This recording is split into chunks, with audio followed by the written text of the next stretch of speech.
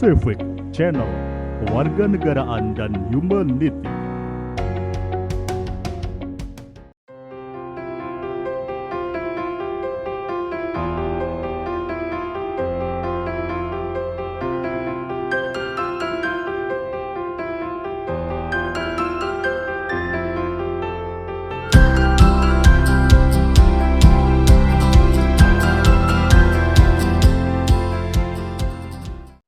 Assalamualaikum warahmatullahi wabarakatuh. Salam Pancasila. Salam. Baik, bertemu kembali dengan saya, Fadilah Vankinayani, dalam acara Civic Podcast Bincang Mahasiswa yang tayang di channel YouTube Laboratorium PPKN. Nah, di sini saya ditemani dengan narasumber yang luar biasa, hebat, aktif, dan berprestasi. Dia merupakan mahasiswa aktif PPKN FKIP UNS dan saat ini mengikuti beberapa kegiatan yang luar biasa menyibukkan dirinya gitu ya. Nah, langsung saja kita panggil dan kita sapa Kak Fatkul Nur Safa. Halo Kak. Halo Kak Fani. Nah, apa kabar nih sebelumnya? Alhamdulillah baik Kak. Nah, senang sekali ya kita bisa berbincang secara langsung bersama dengan Kak Fatkul Nur Safa. Nah, kita harus mendalami nih profilnya Kak Fatkul. Kenapa sih kok bisa jadi bintang gitu ya? Dalam sebagai narasumber pula dalam acara podcast kita episode hari ini. Nah, Kak Fatkul ini merupakan mahasiswa aktif PPKN FKIP UNS yang saat ini merupakan mahasiswa tingkat akhir ya Kak. Semester berapa? Semester 8 Kak. Semester 8. Nah, saat ini sibuk dengan nyekripsi ya Kak ya? Iya benar Kak. Iya. Tapi juga aktif dalam berbagai kegiatan dan saat ini juga sedang magang ya Kak ya? Ya, magang di Pasar Gede. Pasar Gede itu program itu nanti kita ulik lebih lanjut lagi. Nah, selain itu Kak Fatkul juga merupakan Mas Wonosobo tahun 2021 dan Kak Fatkul ini juga merupakan peserta pada program MBKM Pejuang Muda dari Kementerian Sosial dan ditempatkan di Kabupaten Tanah Tidung di Kalimantan Utara ya Kak Fatkul. Oke, nah kita mau ngulik-ngulik nih pengalaman Kak Fatkul ya lebih dalam lagi, boleh ya Kak ya? Boleh Kak Fani. Jadi biar berbagi pengalaman sama teman-teman Ya, semuanya. boleh. Nah, kita awali dari pertanyaan yang umum nih. Kak Fatkul ini kan dikenal sebagai mahasiswa yang aktif dalam kegiatan akademik maupun non akademik gitu ya dalam perguruan tinggi ini. Nah, sebenarnya motivasi Kak Fatkul itu apa sih? Perjalanannya bisa diceritakan ya, kok bisa sampai di titik ini sebagai mahasiswa gitu? Jadi gini Kak, dulu ketika saya mau kuliah, kebetulan agak terkendala nih oleh restu orang tua karena memang tidak mengizinkan saya untuk melanjutkan kuliah. Karena di desa saya itu memang ini Kak, jarang anak yang kuliah.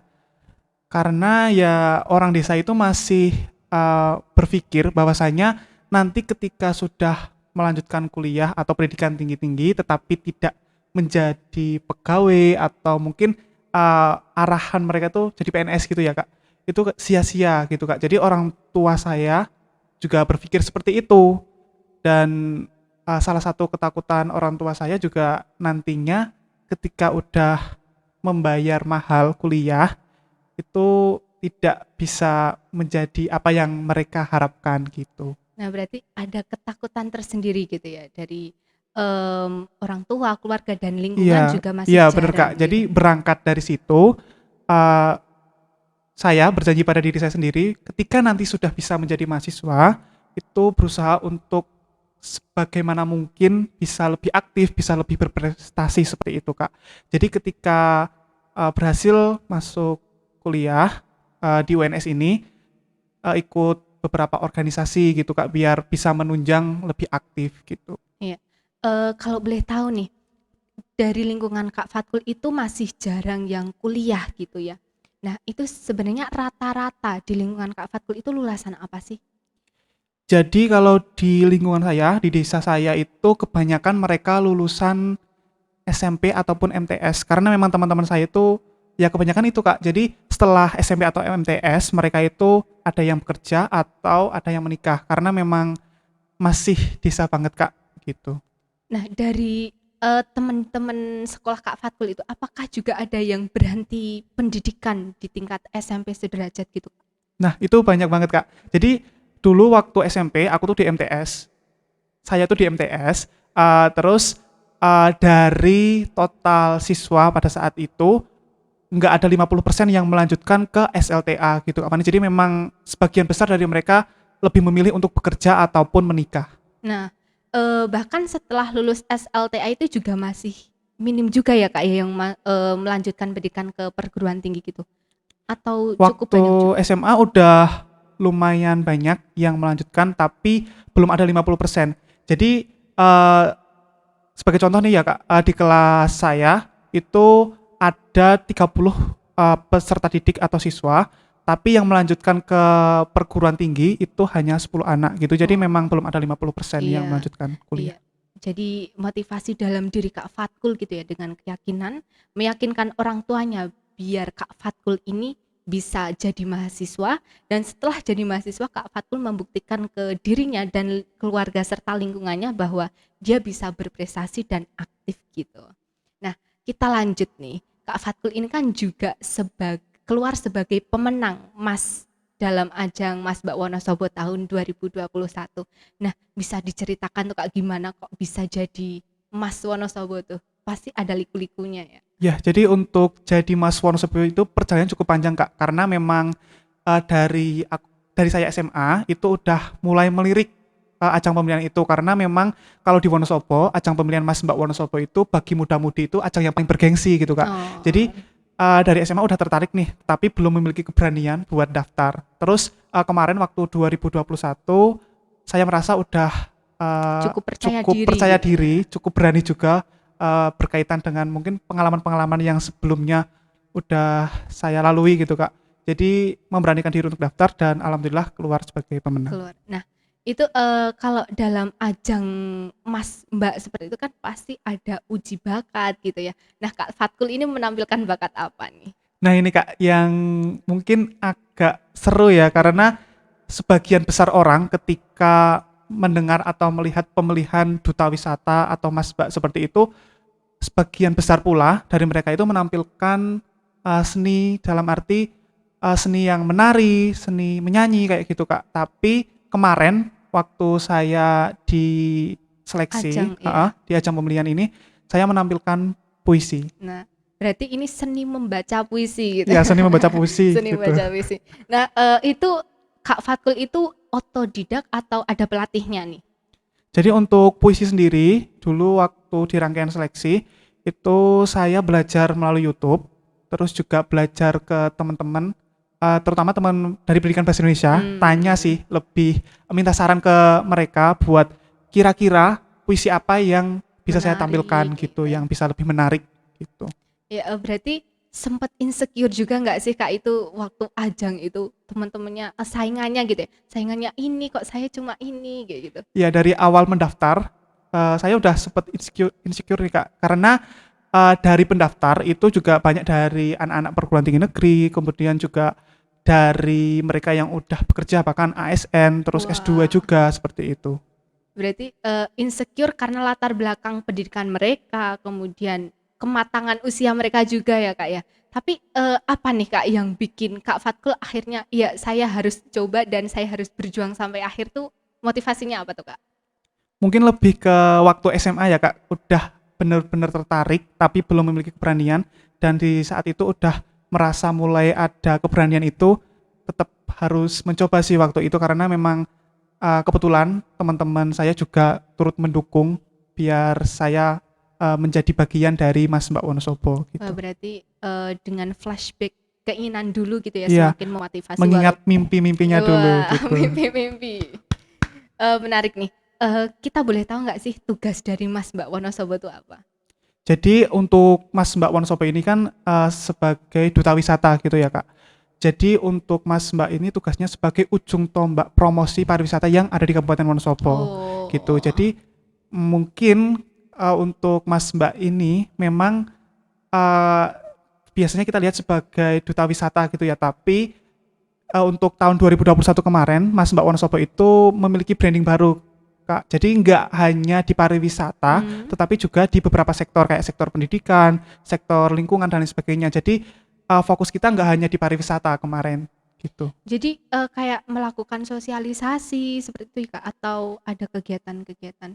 Iya, jadi kita juga diikut sertakan di kegiatan-kegiatan seperti cinta lingkungan, terus mungkin kegiatan-kegiatan yang melibatkan masyarakat Wonosobo, terus duta wisata juga dilibatkan Nah, gitu. berarti ini kompleks banget ya sekarang tugasnya di sektor pendidikan, pariwisata, berarti juga berpengaruh ke ekonomi ya nantinya untuk Kabupaten Wonosobo sendiri. Nah, kita geser nih dari Kak Fatkul yang sebagai pemenang ajang Mas Mbak Wonosobo tahun 2021. Ini Kak Fatkul juga merupakan mahasiswa yang merupakan peserta dari program MBKM Pejuang Muda dari Kementerian Sosial.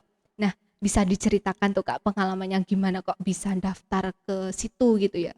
Gimana? Jadi kenapa bisa daftar itu berawal dari dulu Kak, waktu MTS itu sempat lihat tayangan di televisi itu Indonesiaku. Jadi di situ kan memang menayangkan kegiatan-kegiatan yang berada di luar Jawa ataupun daerah tertinggal seperti itu Kak. Dimulai dari situ memang pengen banget nih buat bisa keluar Jawa, sampai akhirnya juga yang mengantarkan saya buat masuk di Pendidikan Pancasila dan Kewarganegaraan Wah. gitu.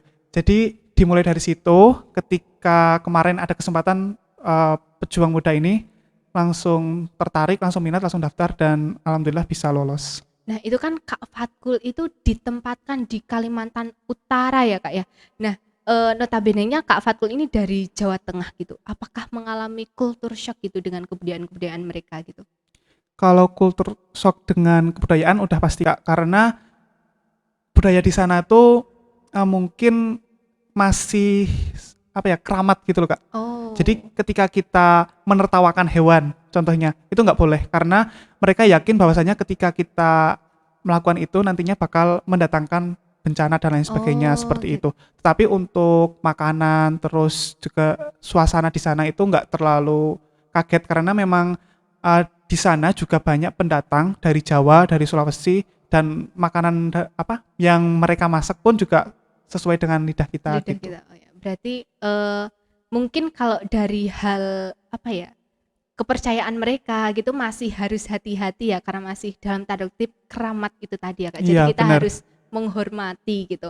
Tapi kalau untuk keseluruhan sudah tidak ada masalah karena memang di sana juga ternyata banyak pendatang-pendatang dari luar pulau juga ya di Iya, sana. benar Kak Fani. Nah, bisa diceritakan itu pengalamannya itu sebagai pejuang muda tuh kegiatannya apa sih Kak? Jadi untuk kegiatan dari Pejuang Muda itu kita melakukan verifikasi data penerima bantuan sosial baik BPNT ataupun PKH.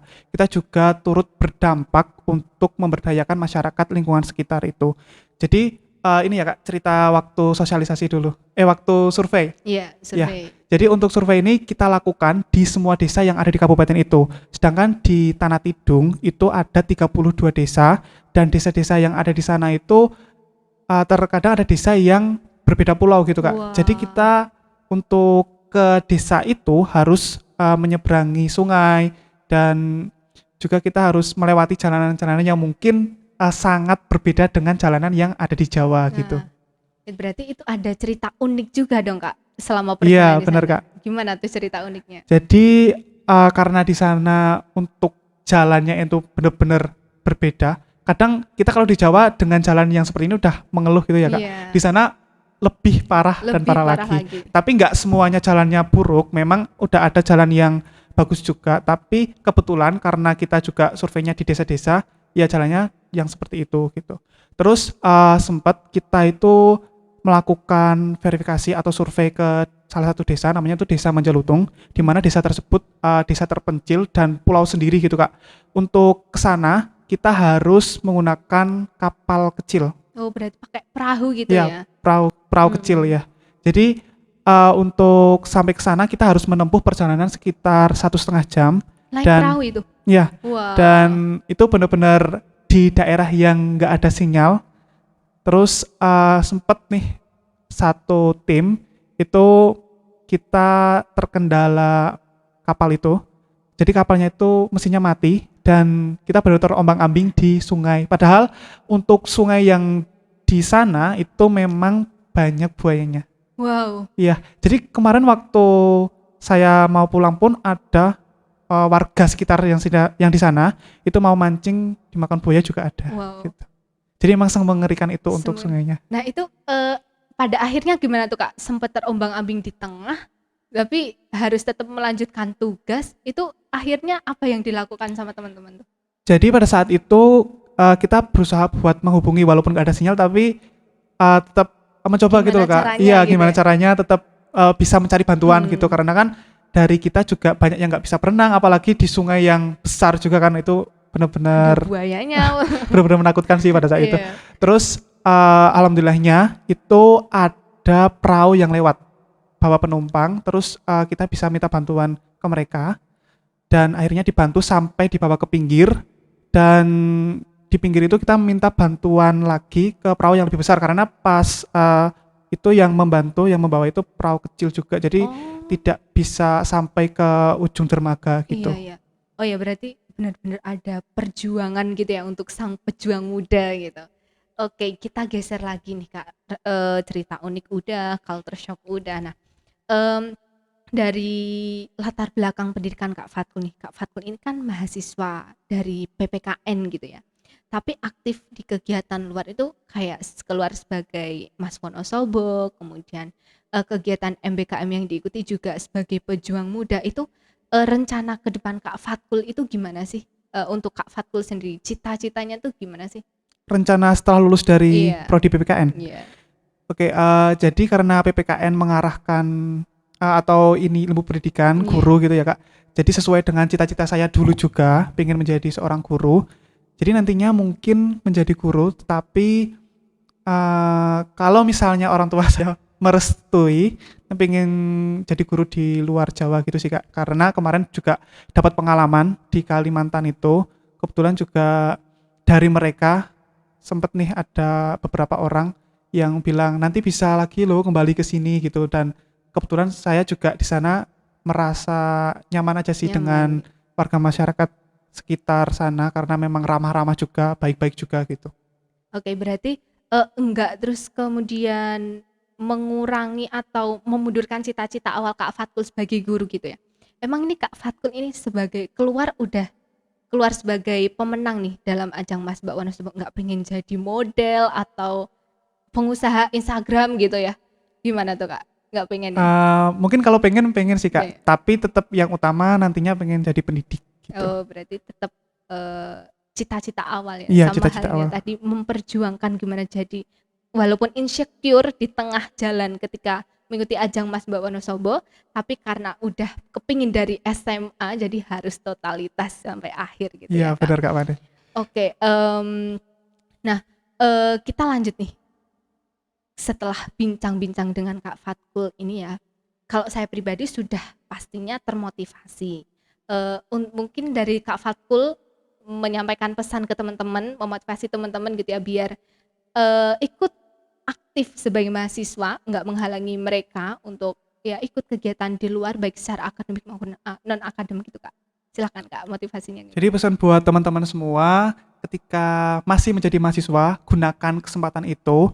Kebetulan pada saat ini juga udah banyak nih program dari MBKM, Hmm, dan kalian bisa mengikuti itu karena emang benar-benar memberikan pengalaman yang baru. Kegiatannya itu benar-benar suatu kegiatan yang nggak bisa kita dapatkan di bangku perkuliahan.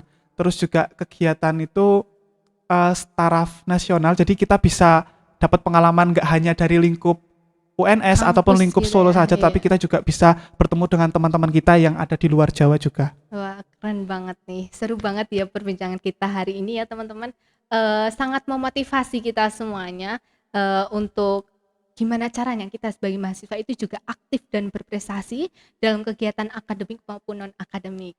Nah, terima kasih juga ya Kak Fatkul sudah bersedia hadir Sama-sama Kak. dan meluangkan waktunya untuk hadir sebagai narasumber dalam edisi podcast kali ini. Semoga Kak Fatkul lancar semuanya ke depannya, Amin, sukses lancar juga buat Kak selalu. Fani. Ya, amin. Terima kasih Kak Fatkul. Nah, baik rekan-rekan sekalian, sekian adalah episode podcast kali ini. Saya Fadila Fankinayani, mewakili rekan-rekan yang bertugas pamit undur diri. Wassalamualaikum warahmatullahi wabarakatuh. Salam Pancasila. Salam.